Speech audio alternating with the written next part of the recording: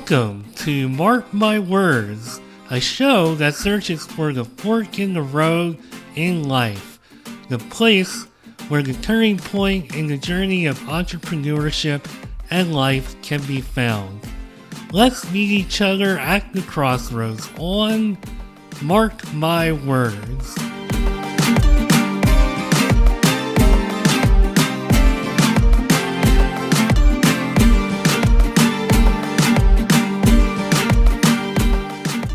Hey, wait, don't scroll. David and I want to tell you something about digital content and growing your audience. This is something that David has become very good at, and he's built a nice following. He is actually David the creator, and he is David Griffiths. He's also known as the professor of voice. He's the CEO of Content Creating Academy, president of Content Creating 101, and he has built himself up nice followings on social media. He has really music and ministry are his life, and content creation has now joined the party. And David is here for our party here on Mark My Words. How you doing today, David? I am blessed by the best, and I'm very grateful to have this opportunity to talk with you and your audience. Well, it's great to have you here, and I knew you would love that intro. I'm like, boy, he uses that uh, line to get you to engage on a lot of his shorts. I'm like, man, I'm gonna surprise him with that, and I think that's great because it does grab your attention. It's like he has something to tell me. I'm gonna stop and listen. It worked. It worked. It worked, and he does it very nicely. So it does. It's not necessarily aggressive. It's very nice. But welcome to Mark My Words. Thank you for being here and had a nice discussion about both of us. At least at one point I lived in the Maryland D.C. area. That's where David hails from, and I'm, of course, no longer there. I still kind of miss it, but Florida's not half bad. So we're going to get into it. And we're going to first start this off, like I always do, going way back to the times of when we were in school or maybe thinking about what we were going to do with our lives. And the one thing, if I can actually get this to where I need it to be, because I'm looking off of LinkedIn. Yeah, there we go. So you went to school at in several different phases studying theology and music. And when did you know that you wanted your life to be about ministry and faith? And not only that, but incorporating music. A lot of times the two go hand in hand. And when they do, it's definitely a good marriage. So tell the story about how, was this something you were always thinking about and having a passion for and wanting to do? Great question. Well, when I was a wee little lad living in Southern California, I used to want to be a stuntman. Yeah. So Wow. it's a little bit different, but Yeah. So I would get on top of the roof of our house. Hopefully, my mom's not listening to this. And I would practice, I'd pretend like, oh, I got shot. And then I'd fall off the roof without getting hurt, which was a feat. But, you know, uh, fortunately or unfortunately, depending on how you look at it, that never caught on. Uh, I really love people. I deeply love music, but even more than music, I deeply love people. And so, what is a way that I can serve people and make music? And so, music ministry ended up being that perfect bullseye. I love songwriting. I love singing and playing the piano, especially. And so, the merger of those, using those in ministry and I really love being able to share something that encourages someone. So sometimes, I'll go live and I'll play hymns by request. And even people who aren't really that much into church will say, I'm not really much into religion, but I really feel something when you're playing. Thank you. So I want to make an impact in the lives of those around me with what I have. And so it seemed to me that a good place to start was with the juncture of my love for people and my love for music and ministry. And just from going through your content and getting a feel for your story, I can tell that you and I are kindred spirits in that, and I know that your social media presence, at least the impression I get, revolves around, there's no gimmicks. You're not trying to be something that you're not. You have good intentions and you want to do good and help people. And that's not always something that you see with social media. Like I guess we all play a role in some way or another, but sometimes the role can be a little bit unauthentic, and there might be a motivation or some impression that some people might have that you have to be like unauthentic or a certain way in order to get to fill the social media presence. And I'd love to hear the story of first how you decided to take what you're doing and bring it to social media and just maybe the ups and downs, because I know that there's a part of the story where you were hitting a roadblock as far as getting the kind of engagement and audience that you wanted, and would love to hear the story of first how you decided to become more active and then how you overcame those robots. Okay, well, first of all, I went through a period in my life where social media, I was told it was really important. I was an independent gospel recording artist, and I was told, okay, you need to have, you need to develop a community of following around you and what you do. So initially that was make sure at your concerts you get email addresses. Then after a while it was, oh, there's social media now. So you need to create a buzz on social media. And then on Facebook, oh, you need to have a Facebook page. And the interesting thing was once I got people to follow the page, then Meta, they're just so wise in these things. They made it so that in order for me to even get the people that I convinced to follow me to see what I post, I'd have to pay money. And so I felt a little betrayed in the process. I'm sure it's good business, but for me, it was like, oh, you tricked me into getting people to follow my thing, and then I have to pay now for messages to be sent to them. So uh, the journey on social media began initially as me enjoying it, connecting with the people who were in my life, but also as a mandate from the gurus that I spoke to that I needed to develop this following in order to be successful as a gospel artist. I was on YouTube for 13 years and had barely over 100 followers. So there was something I was missing. If you asked me today what that thing was, I'd say I was making content to express what I was doing versus making content to connect with and meet the needs of those that I wish to serve. So the difference with that is if you go on Facebook and you have classmates that you went to school with and they're showing pictures like, oh, here's our trip to Rome, and oh, Susie just had a ballet recital. Ooh, check her out. Here's a video. Ooh, see? Those kinds of things are really cool for the people that you went to school with, but not so much for people that you're interested in serving. And if you're interested in growing a large following, you have to think what's in it for the people who follow you. If the content is just about you doing what makes you happy, well, that's cool. You can do that.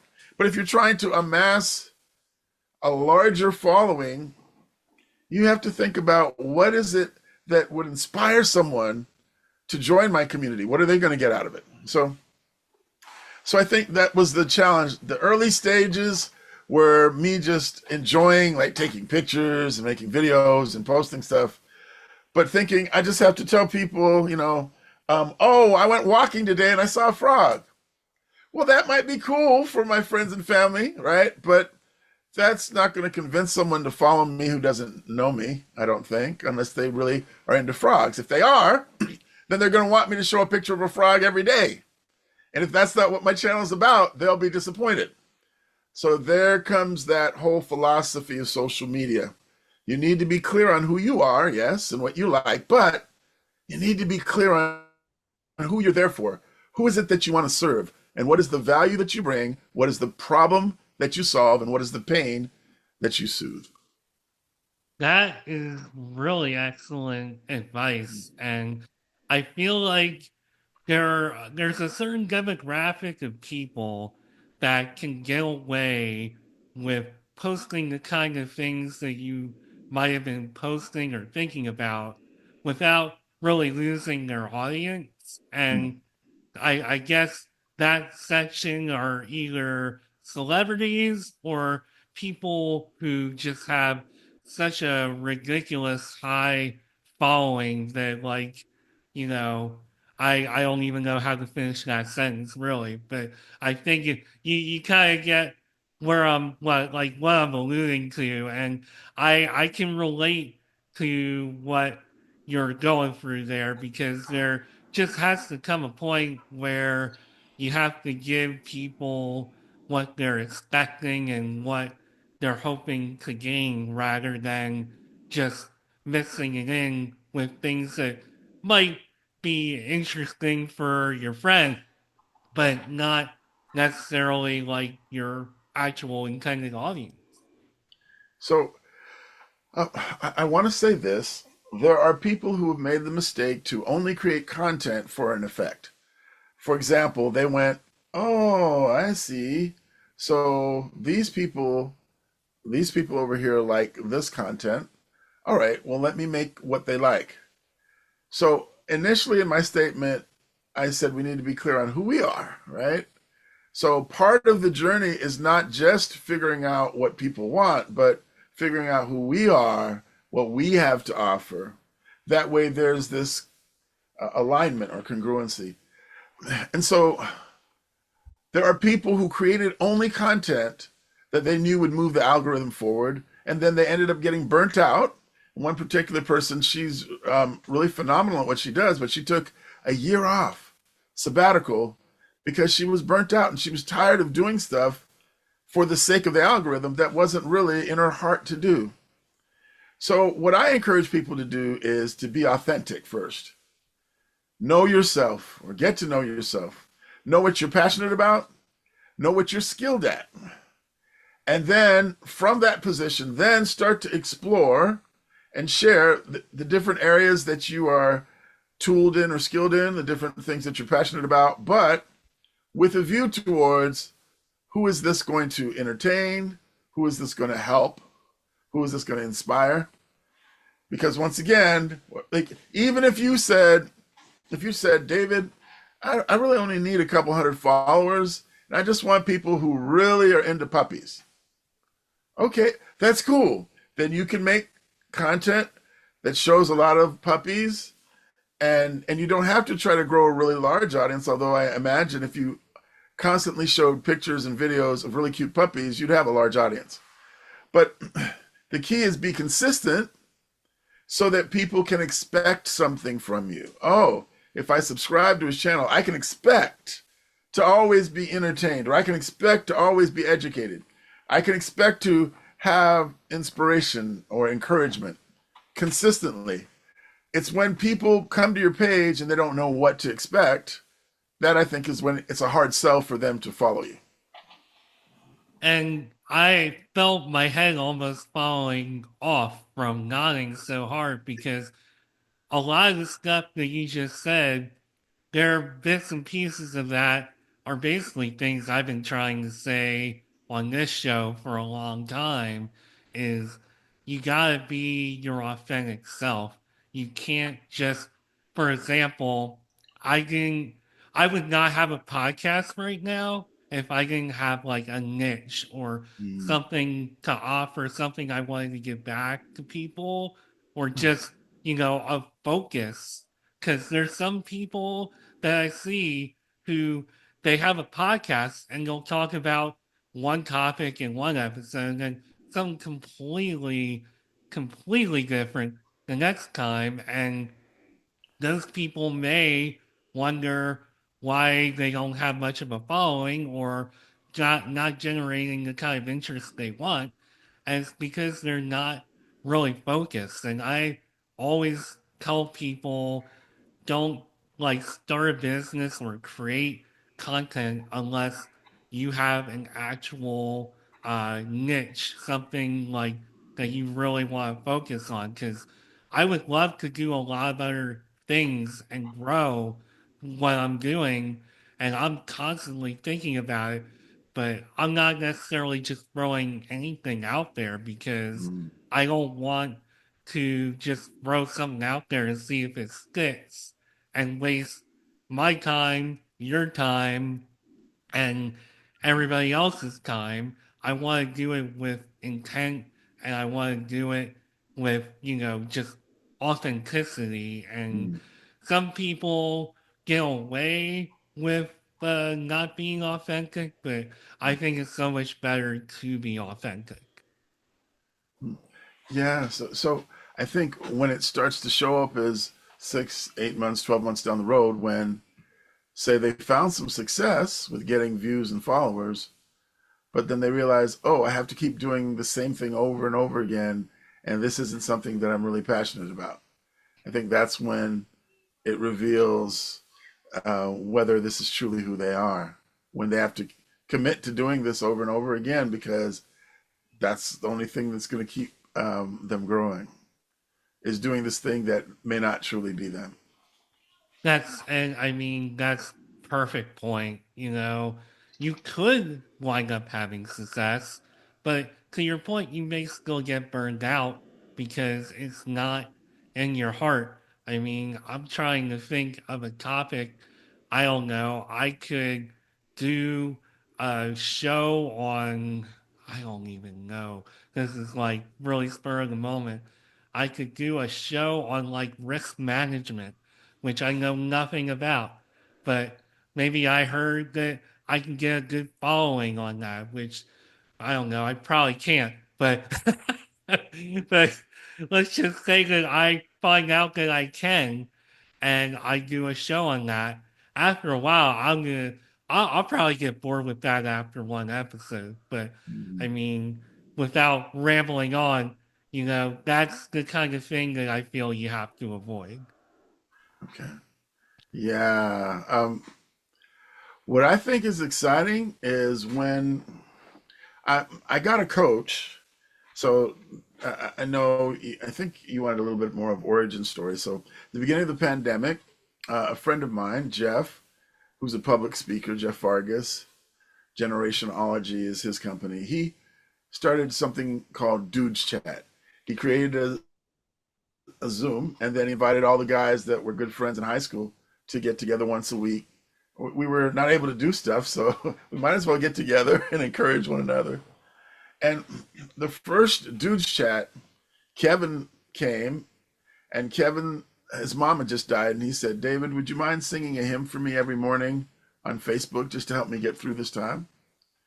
And when he said it, at that time, I hadn't really been sharing my musical gifts as I once did because I was a little disappointed. My marriage had failed, and I wasn't really feeling that excited about going out and telling people how wonderful it is to walk with the Lord when I was trying to understand, Lord, what went wrong here? So he, Kevin asked me, and I said yes. And I realized soon that Kevin was able to enjoy the hymn and the prayer that I was sharing in the morning, but no one who didn't already know me would be able to find that. Unless, of course, I paid Meta and I didn't have a budget for that. So so then I did some research, and I found from Gary Vaynerchuk that the best place for his and he's this wonderful entrepreneur guru. He said the best place for businesses organically to grow on social media is TikTok. And I thought, TikTok? I thought that was just for high school girls to dance. I mean, I didn't know that was a thing where, as a business owner, you should get on there and it would help you. So I got a coach, and I want the results that Gary Vee has. So I listened to what he said because he has something that I want. So I got a coach, and I laser beam focus on the platform of TikTok. And the first thing the coach said was, your audience is going to teach you what it is they want from you. So take 8, 9 things that you're passionate about, that you're skilled in, and create content about those, and allow your audience to tell you what they want from you. So I sang a song. I have a master's in vocal performance from Peabody Conservatory. You know, my voice, I got long COVID a few years back, and so my voice suffered actually at that time. But interesting thing, people weren't that excited about my singing. You know, 100 people might watch it, and 3 or 4 people would say, "Oh, you have a nice voice," or "Oh, thank you for sharing. That was beautiful." But you know, it wasn't thousands of views. So I said, well, I think my audience is saying, David, it's nice that you sing, but what else do you got? And so, so I did some trends, and you know, yeah, they were okay, weren't exciting.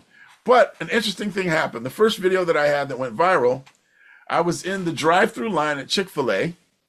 So I took my phone out and I videotaped the line, and then I flipped the camera and I said, what's so special about Chick-fil-A anyway? And that video was maybe 7 seconds long.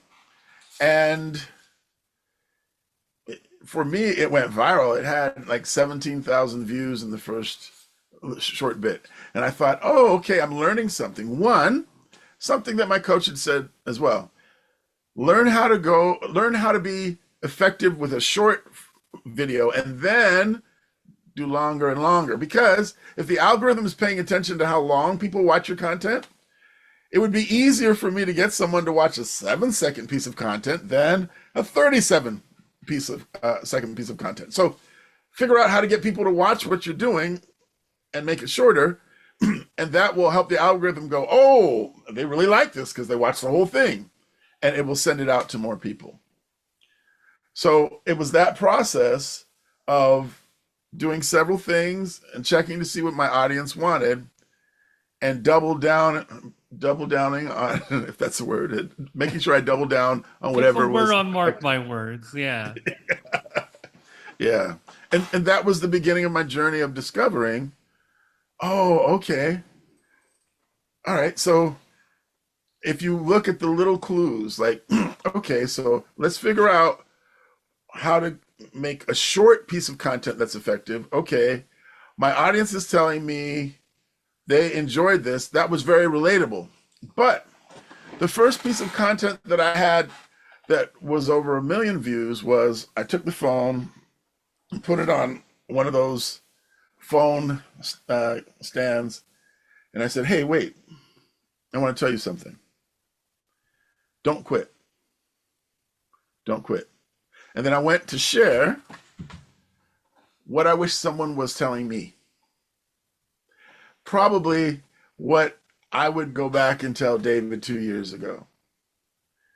And by creating a video like that, from my heart, it expressed my faith. It really resonated with my audience. And I got over 1 million views. And then I thought to myself, wow, so I can be authentic and make content for who I used to be and find an audience on social media. I mean, that's huge, because we're constantly being told, you know, to try this trick or that trick. But if I create content that resonates with me, especially who I used to be, and speak to the needs of that person, that's a great avatar to have.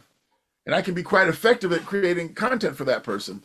And then I can start to see how that responds in my environment with people who've gone through similar things and maybe had similar emotions or experiences, how they would say, "Ooh, I want to follow this guy. Yeah, yeah, I relate to his journey." And that was the beginning of my success on social media. Yeah, you made some really good points because it's great to make long form content and we can all do that. But our world is also moving at a pretty fast pace. Social media world moves at a pretty fast pace. So creating short form content can really be a good way to get people to pay attention.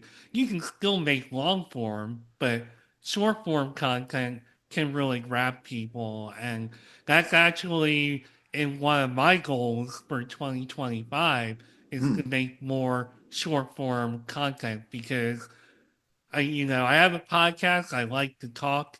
I usually have about an hour-ish long episode.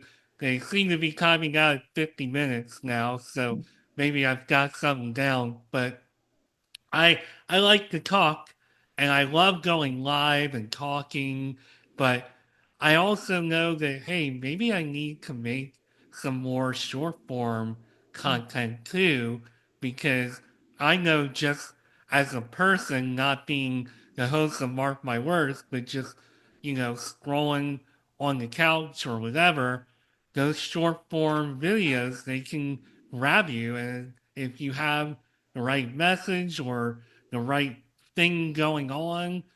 And, again, if it's authentic and people catch on as they did with yours, it can really build you up. And it can probably be a better way to build you up than long form. It's like, okay, Mark Schmidt just made like a 20-minute video. I don't know him. Like, why do I want to listen to him talk? So, sometimes if you can create like your YouTube page is a great example. Your videos, they grab me right away, and I'm like, okay, I want to hear more. So I feel like just you almost have to try out different things, which is what you've been doing. Yeah, like I really want to highlight what you just said. You really have to try out different things. I have a paid community where I coach people, at a high level, meaning I wanted to, I realized once I joined many communities, I realized what was important for success. And so I wanted to create something that actually moved the needle forward. But here's a truth that I hope everyone will listen to and absorb. Even if you have the perfect community, even if you have a great coach, even if your great coach teaches you great techniques, there's a process called iteration. So the people who are famous now, they had to figure out what that thing was. There may be a few people who stumble across it quickly and then create havoc for the rest of us. Because in reality, most people do not stumble on it right away. So that means that you have to be willing to do something over and over again, even without the affirmation that you're actually winning. You have to have a belief that there are some things worth doing that are harder, and that if I keep systematically doing and pivoting, learning from what I'm doing and pivoting, that over that process, I will grow closer and closer to more effective content, content that my audience really wants. And so if I stopped, say, 30 days into this journey, I never would have become the person who you're getting to interview because I never would have figured it out if I gave up. You follow what I'm saying? Yeah. So please make a commitment. If you're going to explore this, say, all right, for the next 6 months or year, I'm going to create content. And every week I'm going to sit down and I'm going to analyze how this content's doing. I'm going to compare and look at content that's already being successful in this particular niche or subject area. And I'm going to glean from what's already working and apply that to my next go round of content. And then I'll look and see what did well, and I'll double down on what was most effective and be patient. I feel like both of us are a great example of not giving up because believe me, if I would have given up after the first year of this, I mean, I think it would have been unfair. And I think the fact that the show has grown, like I've gotten the most amount of downloads than this show has ever had in 2024. And Wonderful. even though I'm not setting the world on fire, it's amazing progress. People are getting a little more interested in the show. And I had my own obstacles, like we moved from DC area to down here, and there were a lot of other things going on. But you almost kind of to your point about like just the thinking it through and making a commitment and having a little bit of a plan. I'm not a huge planner, but I feel like with something like this, I have to plan and just like, okay, I want to make more short form content in 2025 and I want to go live a little more. And there are things that I want to do. Like, I'm not necessarily looking to set the world on fire, in year one or year two and do all kinds of things and have all kinds of fancy things going on. I'm just looking to grow and say, okay, there's a little more interest. This is going well, that's going well. And I feel like you're viewing it at least a little bit similarly. And I really like that because we all want to have millions of people following and, hearing what we have to say. But for a lot of us, it doesn't really happen that way. You have to put in the work, you have Mm, to learn from your mistakes, and yeah, you gotta just keep on going, keep believing. mm, yeah, man. Yeah, there's so much being a musical artist, being a songwriter. I remember I went to a conference once and um, they, at the conference, they were doing one of my songs. One of my songs was chosen to be taught to the choir. And I remember there was this musician and he was making fun of me and my song. And I was so surprised because I thought this was like it was a spiritual event, and I thought this is kind of odd. Like and I think in life we're we would like to imagine that we'll just find our magic thing and our magic community and go sailing into the sunset. But often along the way, you're going to have these moments of adversity, and your approach to them will actually help determine how long it takes you to get to your glory moment. And what I try to do is I try not to take those people with me on the journey. Um, I was offended by that. And there's been a couple other times where I was just really hurt or offended. Like, why would someone do that? It's like so unnecessary. But um, I realized that when we take these lemonade moments and we make lemonade from them, it can actually give us more intensity and there can be more focus in what we're doing to overcome evil with good. And so there might be someone listening to us right now who has given up a little too early because life was hard when it came to doing their podcast, creating content, starting a business. And so I would hope that as you're listening to our conversation that you go, well, maybe I should try again. Maybe I should give it another thought, another shot. Because I really think that it's worth the journey.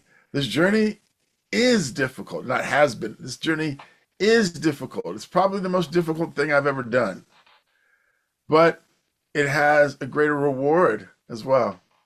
So don't be afraid of the obstacles, but rather embrace them because what doesn't seem to be working for you is working on you so that you can become the person necessary to enter that next level of success. One thing that I talk about all the time on this show now, it took me a little while to open up, but especially this year, I have really been open about my journey as far as I was born with cleft palate and lip Mm, and have had a lot of obstacles thrown at me over the course of life in general. I mean, it's been an everyday obstacle for me just as far as like people judging me as far back as I can remember, which is getting to be a longer and longer way as the years go on. But yeah. going back to kindergarten, first grade, and people, not, just distancing themselves without really even getting to know me. There was one point with masks that every grade in my school got to do like their own mass.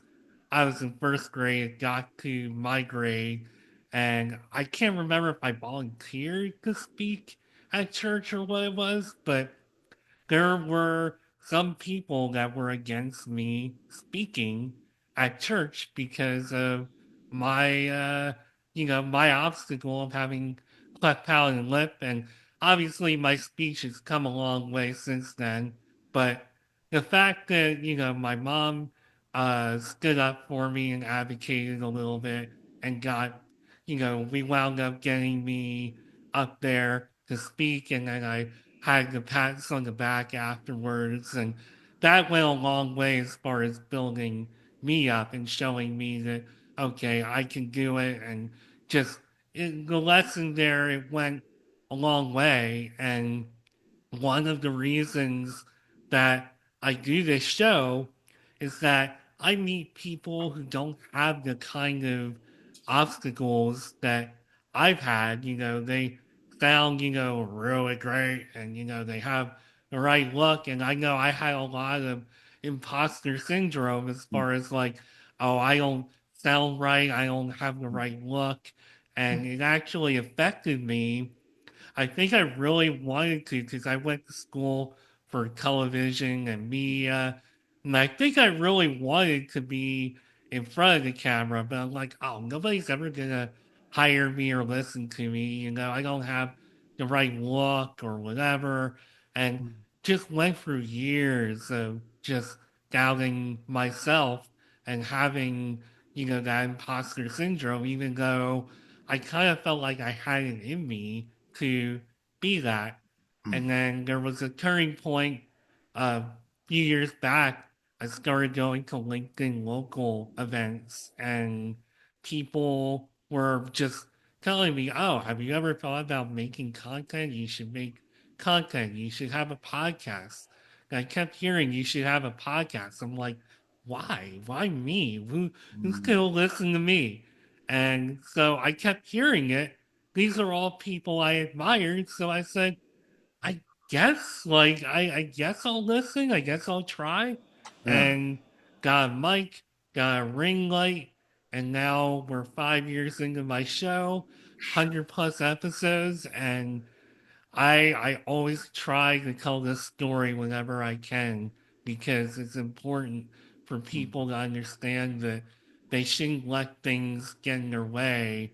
And mm, especially if you're not, or maybe if you are born with some kind of limitation or mm, obstacle like I have, maybe that is a great reason to do a podcast. But especially if you don't and you're feeling it in your heart and in your gut to do it, don't do it. Like don't get in your own way. mm. Man, I'm glad that you have stayed here for 5 years so that people can hear your story and then wow, like I wonder what's in store as you keep going forward, what new heights that you'll reach. That's wonderful. Um, I'm inspired. You're going to help me on my podcast journey to be faithful because I was passionate. I asked my audience if I had conversations with other people, what would you like me to talk about? And so the different things, I wrote them down, and then I concluded, oh, okay, they really are interested in learning how they can change. So, I pray online every day. Um, but there are certain things which you are blessed to learn a technique on how to change. There are things that are beyond you, and you take them in prayer. Um, but there are things that are not beyond you that are a matter of you having the right strategy and you executing it. And so I'm hoping that I will follow your pattern and just be faithful in doing it, and trust that the value will connect with the right people as I persist. Yeah. So thank you for sharing how you've been on your journey and how you've overcome obstacles, even imposter syndrome, and have made it. So you said you're starting to get some of the higher numbers of downloads that you've gotten. Yeah, so I have this has been the best year Mm. to date, and I'm certainly not setting the world on fire, but I'm Mhm. progressing, and that's what I want to see. Yes. I want to see, Progressing. I want to take a look at what I'm doing, and not only look at what needs to be better. Like I know the days of me using Zoom, I think are gonna probably be coming to an end. I'm gonna be switching up the maybe the StreamYard, and it's just stuff like that that I'm like, okay, I've been doing this for a few years. It's gone. I've had some awesome people on my show, like you and many, Thank you. many, many others, and like the quality of people I'm having on this show, there's no doubt about it, has been amazing. The conversation's been great. I can go on and on and on, but it's like, how can I just get a little bit better? How can I work on myself?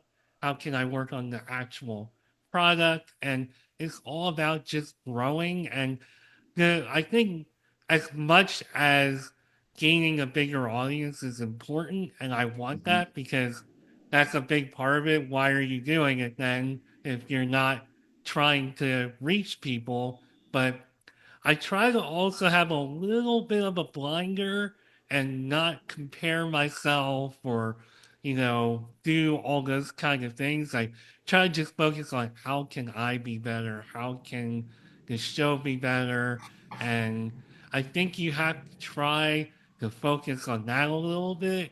And once everything is turned off and you're thinking about the bigger picture, think about other things that can help you to grow too. But I think you gotta block out some of the noise, and that includes people I knew 40 years ago who had doubts about me and just Mm. saying, you know what, I have something to say. I think you have something to say right now, so I'll let you say. Man, sometimes I'm listening to you talk about a journey of overcoming haters, maybe is a word that we might use, but also self-doubt, right? Like, okay, well, I don't look like these celebrities, so uh, do I get a place at the table? Do I really get to have impact online or in a podcast? But I love the fact that you believed enough to take action. And I want to encourage the person who's listening to this who's stirring. They're thinking, well, maybe if it works okay for David or for Mark, maybe it can work for me. To take a step further beyond stirring, go like, okay, if all things worked out to my heart's content, what would I be doing towards my dream in 6 months? Maybe 6 months to a year. Write that down and then say, okay, great. What are the things that I need to do that I know about in order to get to this goal? Wonderful.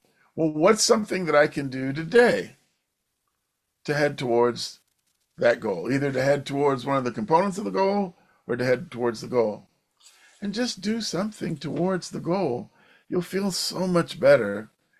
And really, oftentimes what's keeping you from seeing or hearing or feeling the answer to your prayer is that you didn't step out in faith and take action. And it's weird because my whole life I have always felt this need to tell my story and to do what I'm doing. I didn't really know how I was going to tell it or what format. Was I going to be a writer? Was I going to be a blogger? Was I going to do something else in some other way? But I just know that I wanted to tell my story and I wanted to help people in some way and just leave my mark in that way, no pun intended. But I just I didn't know how that was gonna look or what that was gonna be, but I don't know if I'm just crazy, but I have just always felt that way and I've always just my gut and my heart has always been pulling me in that direction. And now we're here. Here is a very good spot. And I love where I am. And it's just amazing, you know? Wow, that's great. So I know I don't want to go too far over our time here. Uh, Before we tell everybody how they can find you and how they can work with you, is there anything about content creation that we didn't cover that you wish we would have talked about today? Yes. So today, if you want to have the greatest opportunity to master content creation, please do the following. Determine what the area is that you would love to connect with people in. Say that you want to teach people how to do something. If you have a business, you want to service a certain kind of client that has demographic and psychographic attributes that are different. Well, figure out what that vertical is. And then go on your favorite social media platform and go find 4 or 5 people who are successful in that vertical. All right, so we found a vertical that we're interested in ranking or being found in so we can serve the people in that subject area or vertical. And now we're going to find 4 or 5 other people who are already successful. Go look at their profiles, see what's working for them. See the 4 or 5 best performing videos on their profile and make a theory, a hypothesis, as it were, why it is that they're doing well. It's because they're wearing a gray shirt. It's because, their videos are quick paced. There's a jump cut every 2 seconds.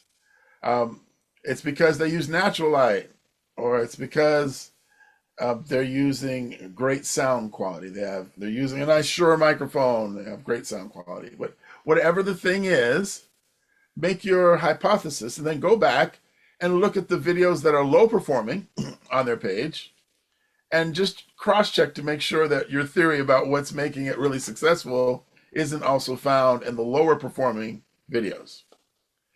Then once you do that, now, so if you've done 4 or 5 people and you've done 4 or 5 of their videos, then you have 20, 25 videos that you've researched.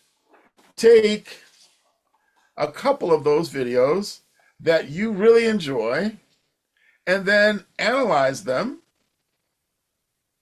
and then make your version of them.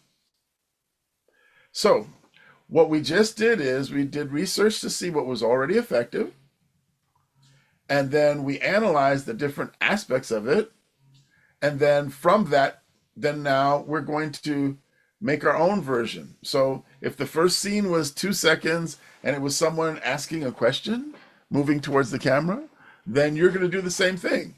It's going to be your question, but the same idea. The second scene, was it some B-roll of a person just walking along the street? Then you're going to do your version, walk along the street and set your camera up or your phone up to capture you walking along the street. So whatever that pattern is, you're going to want to recreate it. Then what will happen is the algorithm will recognize the successful pattern of content that you're using, and it will send it out to more people. It will have more of the attributes that are successful in engaging, entertaining people. And so you'll have a faster path towards finding effective content. Please take the time to do this if this is indeed a passion of yours that you really want to do well on social media. I hope this helps. I love that advice, and I totally agree that although I stand by my statement earlier that you can't compare yourself and you can't get caught up in all of that stuff, but it is very good to actually see what is working for other people. Because if I just sat here and tried to come up with all the ideas, I very much doubt that I would get anywhere. So I think while we have to, eventually turn off the external noise, we also have to at least see what people are doing and what might be working for them and try to apply it to our own personality and our own authenticity. And just before I give you the floor to tell us how we can find you and work with you, one of the best uh, compliments that I got with my content, and I don't have any fancy mixers here or anything, at least not yet, but all I'm doing is using a mic and a computer. Somebody at some point was like, "Wow, your sound quality is like really, really good," and I mean, I got my degree in electronic media, so Oh, I'm wow. very, obviously very picky about how the presentation is and how it looks and sounds, and I'm always striving to be better, but it's not like I have a mixer or anything. So getting that kind of feedback from people on social media, that goes a long way, and that does a lot to uh, get my ego a little bit higher. Keep using the word ego, but you gotta have a little bit of ego, I guess, to put Mm. yourself out there like this. But putting all that aside, why don't you tell us how we can find you, how everybody can work with you, and anything else you want to add? Thank you. And I thank you again for the opportunity to speak with your audience. I don't take it lightly. I appreciate it. If someone has a question that they would like to ask me, feel free to email me, David at Content Creating Academy. David at Content Creating Academy.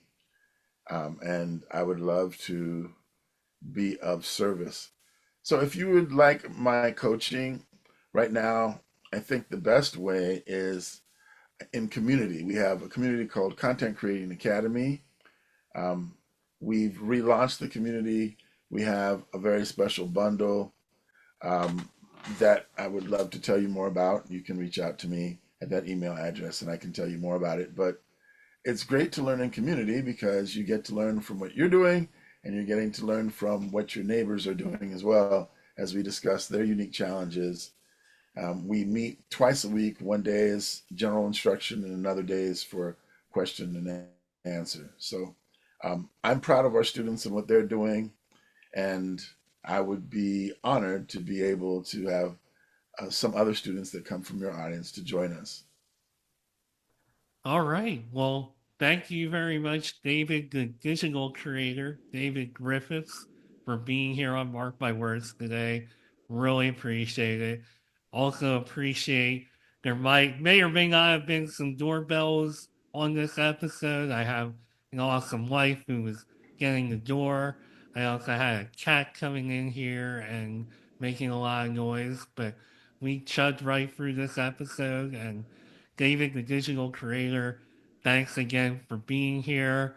He is once again the CEO of the Content Creating Academy, president of Content Creating 101, professor of voice, a man of many nicknames, and I appreciate you for being here. Thanks for listening to Mark My Words.